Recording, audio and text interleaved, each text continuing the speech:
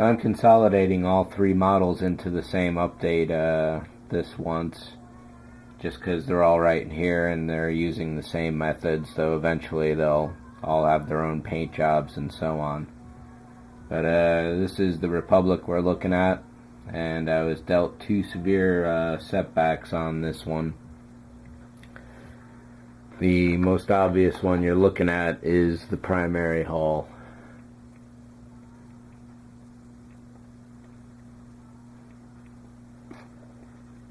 I forget if the term is orange skin or orange peel, but either way, it happened across the entire face. I was trying a new paint. I was going to wait. The underlayer wasn't fully cured yet, and I just went ahead and I wanted to see how it would look, and this is pretty horrible, basically. So I don't have any oven cleaner, which is reported to get rid of enamel spray paint, but I also wouldn't want it to damage any glue or any other successes that I have had with the body. So I'm thinking my likely solution here is to take the Squadron and run it over the entire surface as lightly as possible and go from there, because if I started sanding down these upper layers of paint, once I got to the good surface underneath, I'd start ruining that as well, and it wouldn't end. So I'm thinking building up rather than subtracting. Otherwise, it's generally in really good shape. Bottom hull is in fine condition. Neck seams came out nice and solid. Can't really tell they're attached. This side came out pretty good. There's still a little dimple right there. There were no other paint blobs or anything else anywhere. The nacelles, back here you can still see the seam on each one, but it's just that tiny little notch, and it's good enough. I'm proceeding forward with that, but that one has a crack down here I gotta fix, and that one there can be filled. This side is good to go. The pylons are good, but the other major setback on this one was that crack down the side. If it's going to focus this close.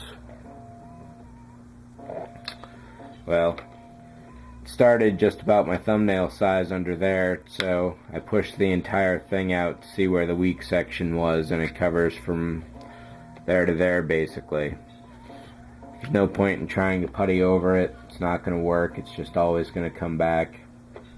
And unfortunately, I think the only solution is to slice off the sensor dish, cut a piece of styrene real thin, slurp it up with glue, stick it in. The problem here, and that'll act as a bandage on the inside, and after that the seam will file away. Like I say, the problem with that is that there's no way to clamp it in and really secure it. So we'll see how that goes. But other than that, that's it for this one. I mean, it was right there, right there. So some more work to do on this, but it'll be a good learning experience, and I'll definitely keep it in mind with me as I go forward on every other build I ever make. So I'm thinking that it's probably sensible to buckle up all the seams that I come across with a little bit of extra styrene to act as that extra bit of insurance there. So let's move on to the Aristarchus. Nothing's really gone on here internally at all yet. Down here, I smeared a little Squadron over those holes for the heck of it, and then I wound up sanding everything down. That was a good half hour of arthritic delight, that's for sure. There's a bit of the circle left right in there, but it's good enough. I'm going to paint it. I filled up these areas with more putty, sliced them down as best I could with the X-Acto. They're pretty smooth now. I'm going to prime them, see how that looks. And that should be close to looking really, really good, I think. I spent a lot of time and fine sandpaper getting that down to a smooth finish. I'm sure there'll be a couple creases here and there, but they should be pretty much gone. As for the engines themselves, here these are. Again, the seam on the back, that's common for every single one of these kits. This one down here came out good. There's a little dimple right in there, but it's negligible. I should probably file down this little bit of blob and get these rings looking like they're one piece. This side's a little stuffed up too.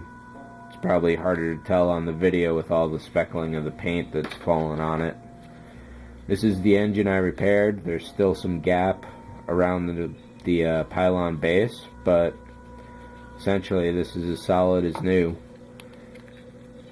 These popsicle sticks will still slide out. One is set perpendicular to the other. Oh, in this case they're not because of the repair, but in this case got that one set according to that one, which gives maximum strength to the internal structure. Because this one got repaired, I had to alter that, but it's still solid. I gotta recenter this line here, which I may have just done. That's not too bad.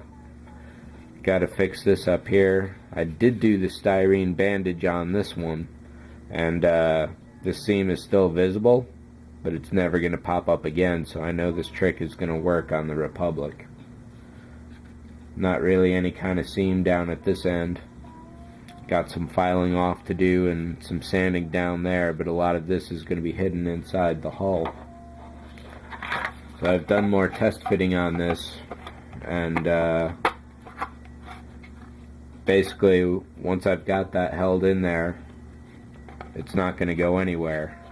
At that point, it's going to be a few different super glues that since I've got it on me.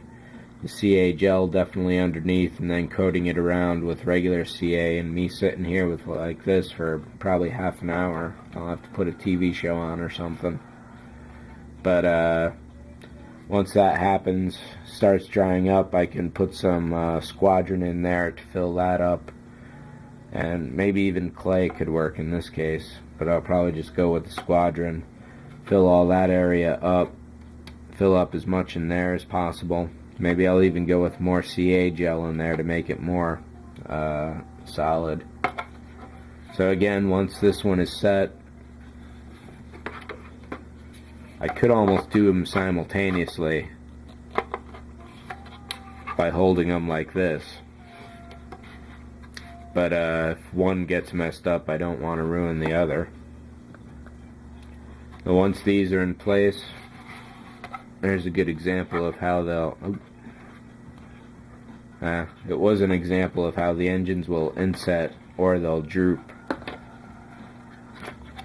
But once these are fully set in and cured, got to slice all that off and hope for the best as far as the rest of its life.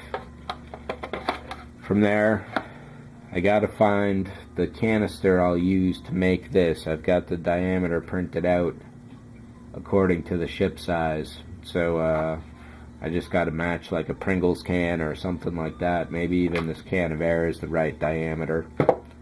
But once that's done, I'll take the thickest piece of styrene I can get, probably a 2 or 4 millimeter, cut an appropriate size square out of that, and then heat gun it onto its new curvature.